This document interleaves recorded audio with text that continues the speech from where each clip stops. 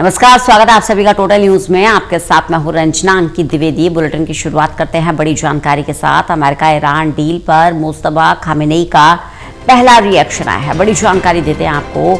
Trump ने बेबसी में हर हथकंडा अपनाया, हम नहीं झुके, ये कहना है ईरान का। बड़ी जानकारी दे दे। ट्रंप ने समझौता कराने के लिए हर तरह का दबाव बनाया, लेकिन ईरान अपने अधिकारों और शर्तों से पीछे नहीं हटेगा। तो पहला रिएक्शन आ गया है सुप्रीम लीडर मुस्तफा खामेनेई का।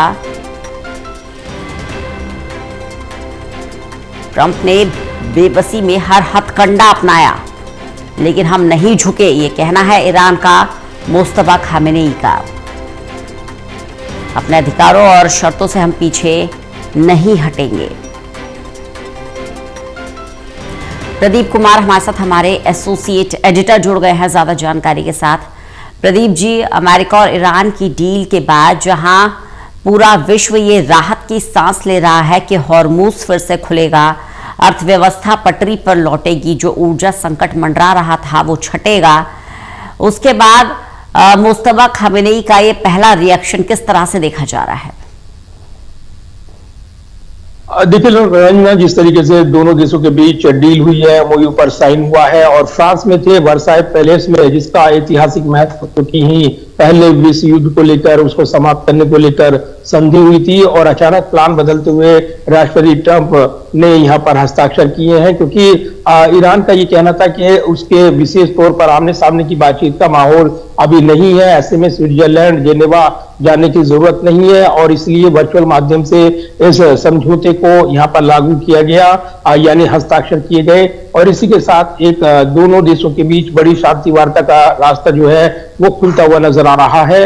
इस बीच यहाँ पर जो सुप्रीम लीडर है ईरान के, उनका पहली बार बयान आया है जिसमें ईरानी जनता को संबोधित करते हुए उन्होंने इस पूरे घटनाक्रम पर अपना बयान दिया है। ये काफी महत्वपूर्ण माना जा रहा है। अमूमन अभी तक उन्होंने कोई बयान नहीं दिया था, इस बीच जब युद्ध चल रहा था या युद्ध के संकट के बीच उनके बयान पर नजरें थी, लेकिन जवाब जो दिया जा रहा था सैन्य ताकतों की ओर से और जो उनकी आर्मी है वो जवाब दे रही थी और उनके जो लीडर्स हैं, विदेश मंत्री हो चाहे वो अन्य नेता हो, वो बयान दे रहे थे।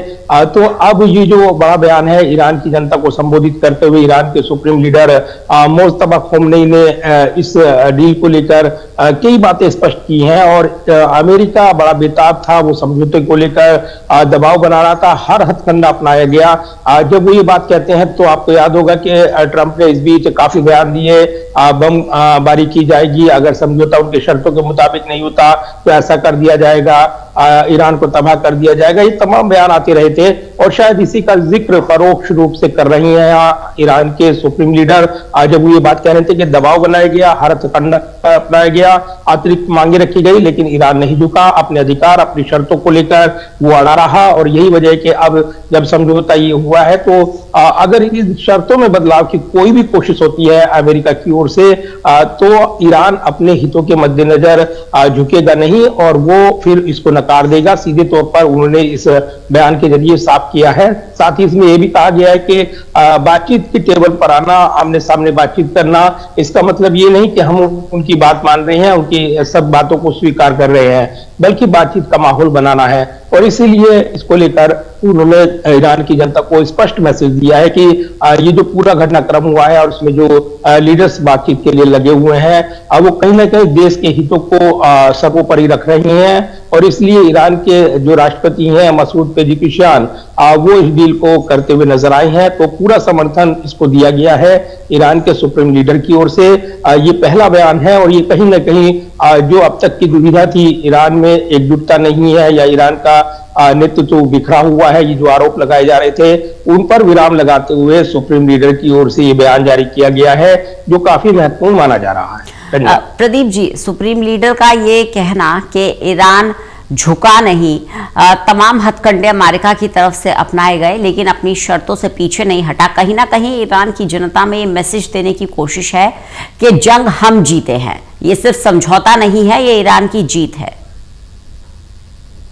देखिए बिल्कुल, और जिस तरीके से ये जो समझौता हुआ है, अब वर्ल्ड ऑर्डर जो है पहले जैसा नहीं रहेगा। इस पूरी लड़ाई के बाद जो माहौल और जो समझौता हुआ है, उसने निश्चित तौर पर पूरे विश्व में एक नई बहस छेड़ी हुई है, और कहीं ना कहीं ईरान की एक ताकतवर मुल्क के तौर पर जो इमेज यहाँ पर बनी है इस युद्ध के बाद, और अपनी शर्तों पर उसने जो समझौता किया है, वो कहीं ना कहीं उसको एक नई देशों की ऐसी ताकतवर कैटेगरी में खड़ा करता है, जो एक मुल्क के नाते और एक सुपर पावर के नाते उभरे हैं इस क्षेत्र में। मिडिल ईस्ट की बात करें तो अब तक दबदबा मिडिल ईस्ट में अमेरिका गाए बगाए ईरान को धमकाता था और प्रतिबंध लगाता था, लेकिन जैसे ही अब युद्ध का आगाज हो गया, उसके बाद सारे पत्ते खुल गए। उसके बाद कुछ ज्यादा तस्वीर साफ हो गई, और ईरान ने जो मिसाइल अटैक किया, अब प्लान ABCD उसका तैयार था। उसकी टॉप लीडरशिप का खात्मा हुआ, उनके सेना का जो नेवी और जो एयरफोर्स को नुकसान पहुंचाया गया,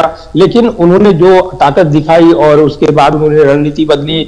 हॉर्मुज स्टेट पे खास तौर से उन्होंने नाकाबंदी की। उसने जबकि यहाँ से 30% तेल सप्लाई होता है दुनिया भर का, तो कहीं ना कहीं ये पूरा घटनाक्रम जो है ये यहाँ पर एक नए परिदृश्य में बदल गया। इस बीच अमेरिका की ओर से ब्लॉकेड लगाए गए दबाव बनाने के लिए, लेकिन वो विफल हुए, ये कहा गया। तो कहीं ना कहीं दबाव बना और इसके बाद ये समझौता करना पड़ा है। तो अमेरिका इस युद्ध से पहले ही निकलना चाहता था, क्योंकि इजराइल की ओर से गलत ब्रीफ किया गया, गलत जानकारियां दी गई, ये कहा गया, और इसलिए इस युद्ध के मुकाम पर हमने देखा है कि इजराइल और अमेरिका के बीच मतभेद बनकर उभरे हैं। इजराइल इस समझौते से नाखुश है। दक्षिणी लेबनान में वो अपनी सेना का जमावड़ा रखेगा, ये उसने कहा है, जबकि समझौते में लेबनान में भी युद्ध विराम की शर्तें शामिल है।